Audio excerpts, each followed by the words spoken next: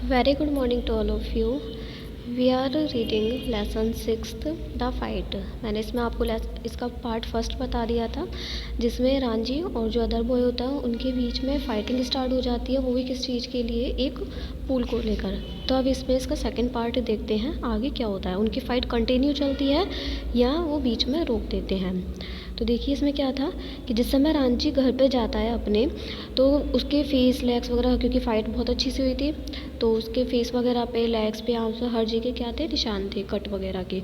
तो उसके लिए बहुत ज़्यादा डिफ़िकल्ट था अपनी मदर को उस वॉयलेंट फ़ाइट के बारे में बताने में, कि मतलब उस बहुत काफ़ी उसकी अच्छी सी फ़ाइट हुई थी, तो वो अपनी मदर को नहीं बता पाता है।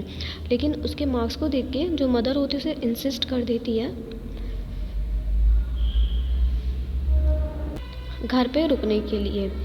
ठीक है, तो बोल देती है कि रेस्ट ऑफ द डे वो अपने ही घर पे रुके। फिर इवनिंग के टाइम पे वो क्या करता है, घर से बाहर चला जाता है एंड कहाँ जाता है, सीधे बाज़ार में।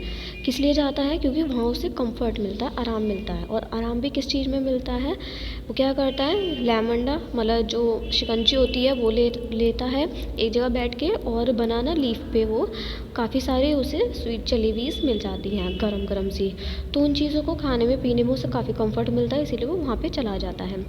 जैसे ही वो फिनिश्ड कर चुका था, तभी वो सामने से अपने एडवर्सरी मतलब जो वो अदर बॉय था उसको आते हुए देखता है, अपने एनिमी को आते हुए देखता है। तो जैसे ही वो उसे देखता है, तो फर्स्ट वो पहले ये तो सोचता है कि वो वहाँ से भाग जाए, कहीं और चला जाए। बट सेकेंडली वो क्या सोचता है, हिज सेकेंड टू थ्रो, मतलब उसने क्या सोचा है कि जो वो लेमंडा बॉटल थी वो उस एनिमी पे, मतलब जो अदर बॉय था उस पर फेंक के मारे। But he did neither of, but वो ऐसा नहीं करता है। उसके बाद वो दोनों, मतलब वो ऐसा नहीं करता है, वो सीधे क्या करता है, इंस्टेड मतलब इस सब की बजाय वो क्या करता है, वहाँ से उठता है और स्काउट करता है, मतलब एंग्रीली उसकी तरफ देखते हुआ जो उसका एनिमी था वहाँ से पास होता है उसके साइड में से। और जो वॉरियर था, मतलब दूसरा लड़का था, वो भी कुछ नहीं बोलता है, वो भी उसकी तरफ देखते हुए सीधा वापस चला जाता है। उसके बाद नेक्स्ट डे, मतलब जब नेक्स्ट डे होता है, तो जितना प्रीवियस डे हॉट था, मतलब गर्मी थी, उतनी ही आज भी बहुत ज़्यादा गर्मी थी।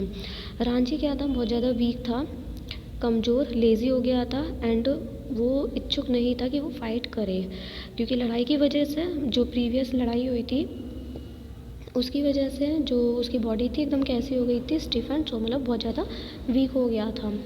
उसके बाद लेकिन वो क्या कहता है कि वो चैलेंज को भी रिफ्यूज़ नहीं कर सकता। क्यों, क्योंकि अगर वो चैलेंज को रिफ्यूज़ करता है तो वो क्या माना जाएगा कि वो हार चुका है अदर बॉय से, जो वॉरियर था। इसी वजह से वो रिफ्यूज़ नहीं करता। वो कहता है कि अब आगे भी हमें फ़ाइट को कंटिन्यू रखना पड़ेगा। वो अपनी खुद की हार को एक्सेप्ट नहीं कर सकता है, और अगर वो नहीं लड़ेगा तो उसे हार अपनी एक्सेप्ट करनी पड़ेगी, स्वीकार करनी पड़ेगी। इसीलिए वो फ़ाइट को कंटिन्यू करता है, और वो चाहता था कि फ़ाइट पूरी कंप्लीट करके वो अपने रेस्पेक्ट को गेन कर सके। और अगर वो सरेंडर कर देता है खुद को, तो पूरे टाइम, मतलब पूरी ऑल टाइम उसे बीट होना पड़ेगा। और अगर वो बीट होता रहेगा, मतलब उससे मार खाता रहेगा या अपना रेस्पेक्ट को गेन नहीं कर पाएगा, तो वापस से क्या होगा, उसे पूल पे राइट नहीं मिलेगा। और एज लॉन्ग एज जितना मतलब वो फ़ाइट करेगा, उसके बाद जीतने के बाद पूल पे, जो फॉरेस्ट में जो पूल था उस पर राइट मिल जाएगा कि मेन अधिकार किसका है, क्योंकि दोनों ने ये लगाया था कि जो जीतेगा अधिकार उसी का होगा। उसके बाद जो रांझी होता है वो, मतलब उसे थोड़ी ये आशा लग रही थी, आधी सी आशा ये लग रही थी कि शायद जो वॉरियर है वो फॉरगेट हो चुका है चैलेंज के बारे में, मतलब भूल चुका है। लेकिन जैसे ही वो वहाँ जाता है तो वो सामने क्या देखता है, अपने ओपोनेंट, मतलब जो वो था वॉरियर था, उसको देखता है। वो वहाँ पे रॉक पे बैठा हुआ था, पूल के साइड में जो एक रॉक था उस पर वो बैठा हुआ था, और क्या कर रहा था, अपनी बॉडी को रब कर रहा था। ठीक है, एंड जैसे ही वो रांझी को वहाँ पे देखता है साल ट्री के नीचे खड़ा हुआ, तो वो उसको बुलाता है, called a challenge across the water of the pool, मतलब वहाँ पे उसको बुलाता है कि उसके दूसरी तरफ को आने के लिए, मतलब एक अनोदर चैलेंज देते हुए। क्या था, मतलब वो चाहता था कि वो वहाँ से डाइव करके आए। वो शाउट करके बोलता है, come over on this side and fight. वो कहता है कि इस साइड आ जाओ और यहाँ पे फाइट करेंगे। बट रांझी क्या था, वो उसको अटेंशन नहीं देना चाहता था किसी भी कंडीशन में। वो नहीं चाहता था कि जो वो अपोनेंट है वो उसकी कोई भी बात माने और उसको लगे कि इसने मेरी बात मान के इधर आ गया। तो वो और तेज चिल्ला के, मतलब पूरी स्ट्रेंथ के साथ चिल्ला के बोलता है कि इस साइड आओ और यहाँ पे फाइट करेंगे। तो वो क्या करता है, जो अदर बॉय है वो कहता है स्विम अक्रॉस, मतलब स्विम करके इधर आओ। तो कहता है उससे कि शायद परहैप्स, मतलब शायद तुम स्विम नहीं कर सकते, जो पूरी लेंथ है उसकी पुल की उसको तुम स्विम नहीं कर सकते। बट वो तो स्विम करना जानता है रांझी, उसको अच्छे से आता है। इवन बिना थके बिना टायर के वो कंटिन्यूअसली दर्जन टाइम वो स्विम कर सकता है बिना थके। तो और वो क्या वो सोचता है कि अब मुझे ऐसा अपनी सुपीरियरिटी दिखानी होगी। तो वो सीधे क्या करता है, वाटर में डाइव करता है। डाइव करते मतलब जैसे नाइफ़ कट करती है, इसी तरह नाइफ़ के समान, मतलब चाकू के समान वो जो वाटर था उसको कट करते हुए पूरे जो पानी की लेंथ थी, वाटर पूल की लेंथ थी, उसको स्विम करता है चारों तरफ। और जो वॉरियर था अमेजमेंट, यानी कि इतना ज़्यादा शॉक में हो गया था कि उसका जो माउथ था वो ऐसे ही का ऐसा रह गया। तो वो सब पूछता है यू कैन डाइव, मतलब तुम डाइव कर सकते हो, रांझी से वो पूछता है। तो वो रांझी क्या बोलता है, हाँ ये इजी है यहाँ पे डाइव करना। तो वो सब पूछता है, चैलेंज करता है कि क्या तुम डाइव नहीं कर सकते। तो वो क्या बोलता है कि नो, मतलब जो वॉरियर था वो कहता है नहीं, मैं केवल स्ट्रेट खड़ा जंप कर सकता हूँ और मेरे पे डाइव नहीं आता, लेकिन अगर तुम मुझे सिखाओगे कि किस तरीके से डाइव करते हैं तो मैं सीख जाऊँगा। तो रांझी बोलता है कि ये ईज़ी है, इट इज़ ईज़ी। तो वो सिखा देता है कि पहले जैसे इस पे खड़े हो जाओ, फिर अपने आर्म्स को स्ट्रेच करो, मतलब बाहर की तरफ करो, और उसके बाद अपने हेड को थोड़ा फीट के लिए, मतलब जैसे ऊपर की तरफ होती है इस तरीके से डिस्प्लेस करो, उसको सिखा देता है। तो वॉरियर सेम वैसे ही करता है, खड़ा होता है स्ट्रेट, अपने आर्म्स को स्ट्रेच्ड आउट करता है और ख़ुद को वाटर में थ्रो कर देता है, मतलब गिर जाता है उसमें। और ही landed flat on his belly, मतलब अपने स्टमक के बल वो उस पर लैंड कर रहा होता है। किस तरीके से, जैसे जो बर्ड्स होती हैं उनको तो फ्लाई करते हुए देखा होगा, अपने बैली यानी कि स्टमक के थ्रू वो क्या करती हैं, फ्लाई करती है एयर में। इसी तरीके से जो रांझी अदर बॉय था, वॉरियर जो था, वो भी ऐसे कर रहा था। तो तभी जो रांझी था वो एकदम से बहुत तेज़ हंसने लगता है, क्योंकि उसमें इस तरीके से तो करते नहीं है, वो बर्ड की तरह कर रहा था, अभी उसको सही से नहीं आया था। तो जैसा वो डाइव कर रहा होता है बैली के थ्रू, तो रांझी एकदम से हंसने लगता है।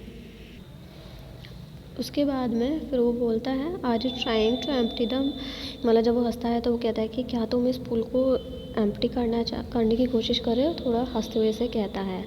तो वॉरियर वापस से वहीं पे आ जाता है सरफेस पे। उसके बाद वो कहता है बॉय कि क्या ये अच्छा नहीं था, मतलब उससे पूछता है। तो कहता है नो वेरी गुड, अच्छा था, अगर तुम और ज़्यादा प्रैक्टिस करोगे तो तुम सीख जाओगे। वो कहता है कि मैं वापस से करता हूँ, मुझे देखना। कहता है वापस से, मतलब वहाँ से उठ के नीचे चला जा, पानी में जाता है। जो बॉय था उसके चारों तरफ, मतलब वहाँ पे खड़ा हुआ था पूल में ही, वो सोच रहा था कि मतलब ये निकल गया है तो वो वापस से डाइव करेगा। तो क्या करता है, रांझी उसके चारों तरफ सर्कल बना देता है, उसके पीछे की तरफ से वो वापस आ जाता है। तो वापस से वो बहुत ज़्यादा एस्टोनिश्ड हो जाता है, मतलब शॉक्ड हो जाता है। तो उससे पूछता है कि तुम ये how did you do that, तुम ये कैसे करते हो। तो रांझी कहता है कि क्या तुम्हें वाटर के अंदर स्विम करना नहीं आता। तो कहता है नो बट मैं ट्राई करूँगा, but I will try it, मैं ट्राई करूँगा। तो जो वॉरियर था वो पूरा एफर्ट लगा देता है कि मतलब वो पूल के बॉटम में जाएगा और वहाँ से सीधे वो बाहर की तरफ निकल के आएगा, जिस तरीके से डक करती हैं।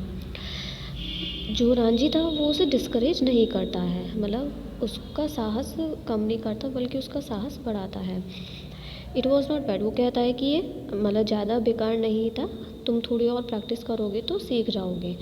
तो वो जो एनिमी था, मतलब अदर बॉय था, वो कहता है विल यू टीच मी, क्या तुम मुझे पढ़ाओगे, मतलब से ये चीज़ सिखाओगे। तो कहता है कि अगर तुम्हें पसंद है तो मैं तुम्हें सिखाऊंगा।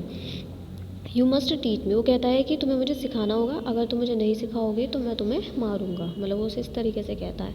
तो कहता है क्या तुम रोज़ आकर मुझे ये सिखाओगे। तो रांझी कहता है कि अगर तुम चाहोगे, इफ़ यू लाइक, अगर तुम्हें पसंद है मुझसे सीखना तो मैं तुम्हें सिखाऊंगा। उसके बाद दोनों क्या करते हैं, वाटर से निकल के आ जाते हैं, had pulled themselves out of the water, water से निकल के आ जाते हैं और रॉक पे, जो स्मूथ ग्रे कलर का रॉक था, वहाँ पे बैठ जाते हैं एक दूसरे के आमने सामने। तो कहता है जो वॉरियर था वो कहता है मैं माय नेम इज़ सूरज, मेरा नाम सूरज है, व्हाट्स योर, वो उसका नाम पूछता है तो बता देता है इट इज़ रांझी, मतलब मैं रांझी हूँ। उसके बाद फिर वो कहता है आई एम स्ट्रॉन्ग, वो कहता है कि मैं स्ट्रॉन्ग हूँ, बट मतलब जो सूरज कहता है मैं स्ट्रॉन्ग हूँ, मतलब हूँ या नहीं, उससे पूछता है अपने जो मसल्स, मतलब आर्म्स को जब वो फोल्ड करते हैं नीचे से, तो देखा होगा वहाँ पे क्या करते हैं, जो हमारी मसल्स होती हैं वो एकदम से फूल जाती हैं। आप लोगों ने भी कभी देखा होगा कि जब हम अपने नीज़ को फोल्ड कर लेते हैं तो क्या होता है, अपर आर्म जो होती है वो एकदम से फूल जाती है। तो इसी तरीके से वो दिखा के कहता है कि मैं स्ट्रॉन्ग हूँ। तो रांझी कह देता है यू आर स्ट्रॉन्ग, तुम स्ट्रॉन्ग हो, तुम एक रियल पहलवान हो, मतलब पहलवान टाइप का था। तो वो कहता है कि एक दिन, मतलब जो सूरज था वॉरियर था, वो कहता है एक दिन मैं रेसलर का चैम्पियन बनूंगा वर्ल्ड का। अपनी जो थाई होती है, मतलब जांग होती है, उस पर स्लैप करता हुआ वो बोलता है। उसके बाद वो उससे कहता है, मतलब उस जो रांझी था हार्ड था बट उसकी बॉडी कैसी थी, थिन थी, पतली थी। तो उसकी तरफ देखते हुए कहता है कि तुम भी स्ट्रॉन्ग हो योर सेल्फ, मतलब खुद में तुम स्ट्रॉन्ग हो, बट तुम बहुत ज़्यादा बोनी हो, मतलब बहुत ज़्यादा पतले हो। तो कहता है आई नो, मैं जानता हूँ। तो वो कहता है जो सूरज होता है कि तुम लोग क्या करते हो, ज़्यादा नहीं खाते हो, तुम मेरे साथ आओ, मैं तुम्हें खिलाऊंगा अपने साथ। वो बताता है कि लगभग, जो सूरज है वो बताता है कि लगभग मैं every day 1 sheer of milk, मतलब 1 लीटर से थोड़ा बहुत कम, बताता है कि मैं लगभग इतना पी लेता हूँ दूध। और उनके घर पर उसकी खुद की गाय भी होती है। उसके बाद वो उससे कहता है आई विल मेक यू, मतलब तुम मेरे पास आओगे, मैं तुम्हें अच्छे से खिलाऊंगा पिलाऊंगा और मैं तुम्हें एक पहलवान भी बना दूंगा मेरे जैसा। तो कहता है कि मैं तो, तुम मुझे डाइव करना सिखाओगे, स्विम करना सिखाओगे, अंडर वाटर कैसे करते हैं, और मैं तुम्हें पहलवान बनाऊंगा। That's fair isn't it. वो कहता है कि क्या ये अच्छा रहेगा। तो रांझी कहता है हाँ अच्छा रहेगा, बट वो थोड़ा डाउटेड में आ जाता है क्योंकि सडनली, पहले अब तक तो ये बहुत ज़्यादा फाइट कर रहे थे, बट सडनली वो क्या हो गए थे, एकदम फ्रेंड वाले बिहेव में आ गए। तो वो थोड़ा डाउटेड होता है इस चीज़ को लेकर कि या एक्सचेंज जो होगा वो बेटर होगा या नहीं होगा। तो सूरज क्या करता है, उसकी तरफ हाथ बढ़ाते हुए कहता है वी आर फ्रेंड्स नाउ, कि क्या अब हम फ्रेंड्स बने। They look at each other with honest unflinching eye, मतलब एक दूसरे की तरफ देखते हुए आइज़ में ऑनेस्टली, वो कहते एक दूसरे की तरफ देखते हुए। In that moment love and understanding were born, और उसी समय उन दोनों के बीच में लव एंड अंडरस्टैंडिंग आ चुकी थी। मतलब पहले जिस तरीके से वो एक दूसरे के एनिमी थे, बट अब एक दूसरे के एनिमी नहीं थे। तो रांझी कहता है कि हाँ अब हम फ्रेंड्स हैं। तो उसी समय जो बर्ड्स हैं वो ब्रांचेस पे आ गई थी, वहाँ के पूल भी एकदम से क्वाइट हो गया था एंड लिम्पिड, मतलब एकदम क्लियर हो गया। मतलब इससे पहले जैसे वो इतनी फाइट वगैरह कर रहे थे तो बर्ड्स वगैरह चली गई थी, बट अब उनके फ्रेंडली बिहेव होने की वजह से बर्ड्स भी वहाँ पे आ चुकी हैं। तो सूरज कहता है कि ये हमारा पूल है और कोई भी हमारी विदाउट परमिशन, मतलब बिना परमिशन के हमारे कोई भी यहाँ पे नहीं आ सकता। हु वुड डेयर, किसकी इतनी हिम्मत होगी या कौन इतनी हिम्मत करेगा जो यहाँ आएगा। तो रांझी भी बोलता है स्माइल करते हुए एक दूसरे की तरफ, कहता है कि हाँ कौन हिम्मत करेगा कि हमारे बिना परमिशन के वो यहाँ आ जाए। स्माइल करते हैं with the knowledge that he had one the day, मतलब इस तरीके की नॉलेज के साथ वो स्माइल करते हैं कि आज का दिन वो लोग जीत चुके हैं। मतलब जिस तरीके से वो पहले एनिमी थे, बट अब आज कैसे बन गए हैं, वो एकदम से फ्रेंड बन गए हैं एक दूसरे के।